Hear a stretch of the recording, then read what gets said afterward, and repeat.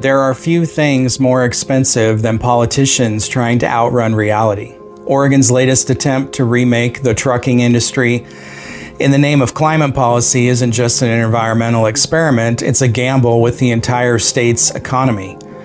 When the people writing the rules ignore basic questions like infrastructure, cost, and whether the technology is actually ready, working families are the ones who end up paying the bill. And that's exactly where this story begins. From Seattle to Los Angeles, this is Left Coast News. No apologies, just the truth. Oregon has a history of launching well-intentioned environmental crusades first and asking how to pay for them later. But the state's aggressive regulatory rush to squeeze traditional diesel out of the transportation sector is shaping up to be one of the most economically damaging experiments in our history. Under the banner of the state's Clean Fuels Program, CFP, and the Advanced Clean Trucks, ACT rule, state regulators are attempting to fundamentally rewrite the rules of regional logistics. The goal is noble: slash the carbon intensity of diesel by 37% by 2035, phase out older engines, and force a rapid transition to zero-emission commercial trucks. But the economic reality on the ground is screaming a warning that Salem refuses to hear. In its haste to lead the green transition, Oregon is building a regulatory wall at its borders, one that threatens to spike the cost of everyday goods, starve our local truck dealers, and turn our state into an avoided freight island. The charging desert. The most glaring flaw in Salem's grand design is the literal power outage at the heart of the plan. To run an electrified heavy-duty freight system, you need a massive, highly specialized charging network.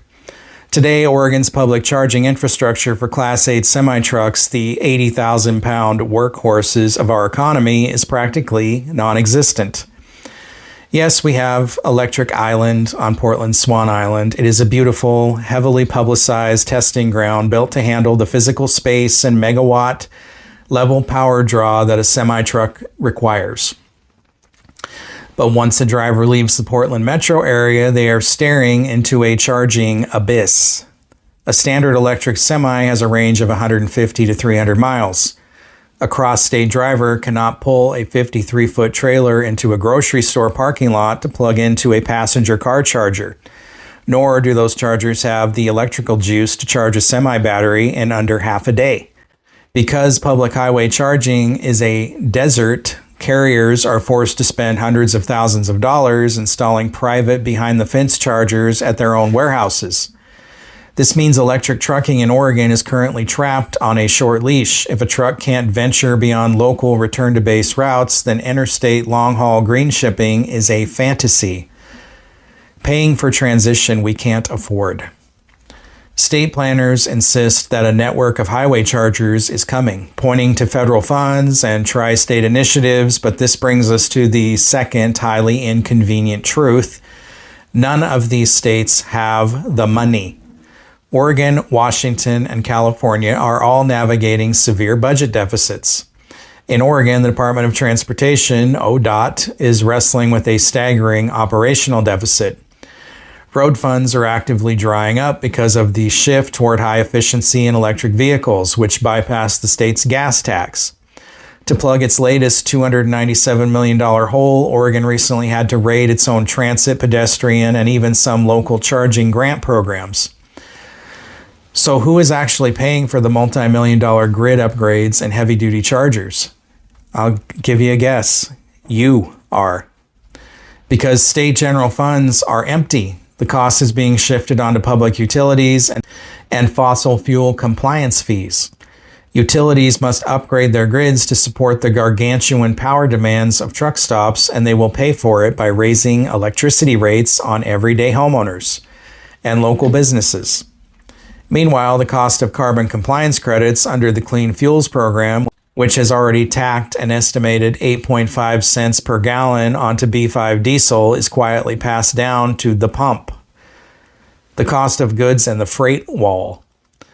When you artificially inflate the cost of fuel and force trucking companies to purchase $400,000 electric semis, 3 times the cost of traditional diesel trucks, that capital investment doesn't just vanish.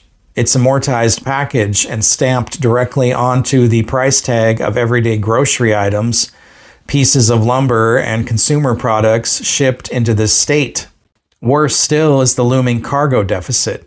Electric truck batteries weigh upwards of 10,000 pounds. And because of strict highway weight limits, a heavier truck means carrying less actual cargo. If it takes more trucks, more trips, and more drivers to haul the same volume of goods, the unit cost of shipping will skyrocket. Industry coalitions warn of a compounding 3 to 4% regulatory premium on the retail cost of physical goods over the next decade. And what happens if Oregon's neighbors choose not to follow us off this economic cliff? If Idaho, Nevada, and the rest of the mountain states stick to standard federal diesel guidelines, Oregon risks a brutal border leak. Local carriers will be incentivized to register their fleets out of state to bypass Oregon's strict rules, depriving the state of critical tax revenue while keeping the exact same diesel trucks on the road. Even more concerning is the prospect of national carriers simply bypassing Oregon altogether. Faced with complex regional rules, specialized fuel mandates like Portland's aggressive 50% renewable diesel blend, and a lack of charging, long-haul trucking companies may just choose to drop Oregon-bound cargo at the border hubs like Boise or Reno. Double handling freight at the state line will add massive labor costs and delivery delays, leaving Oregonians with fewer choices and higher prices. A call for economic gravity. No one argues against cleaner air, but a transition of this magnitude must be dictated by the laws of physics, economics, and infrastructure, not by arbitrary legislative timelines.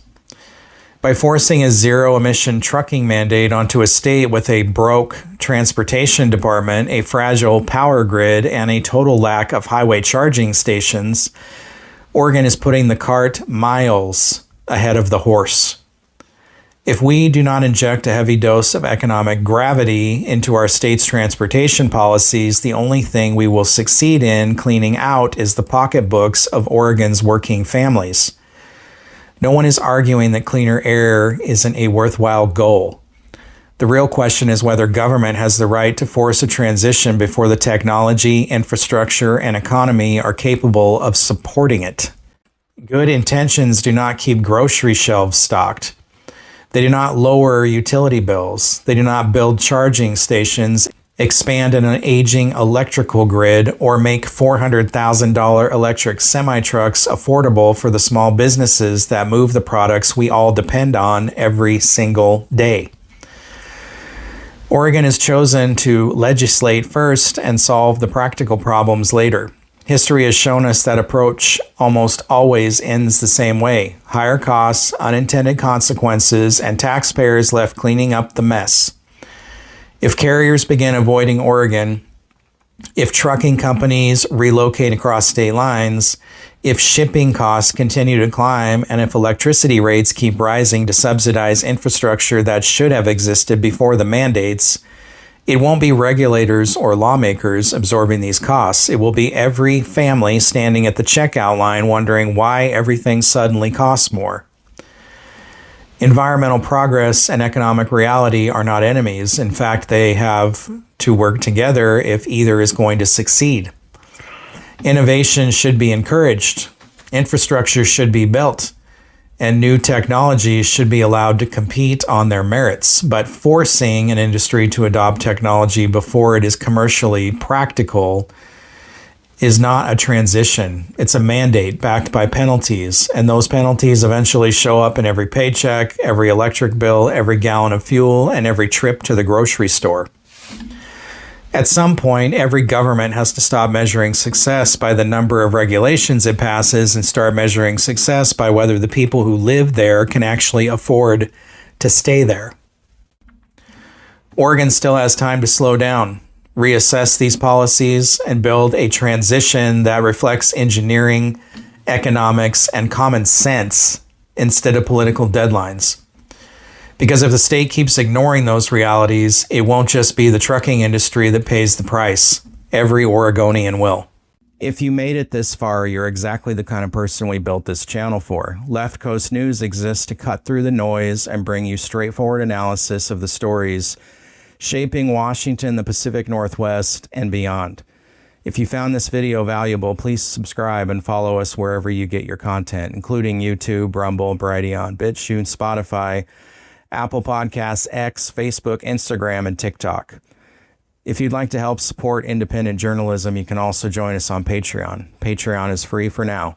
You'll find the link in the description below. And if you think this story matters, share it with your friends and family. That's one of the biggest ways you can help this channel grow. Now I want to hear from you. What do you think? Do you agree with this analysis, or do you see it differently? Let me know in the comments below. Thank you for watching Left Coast News.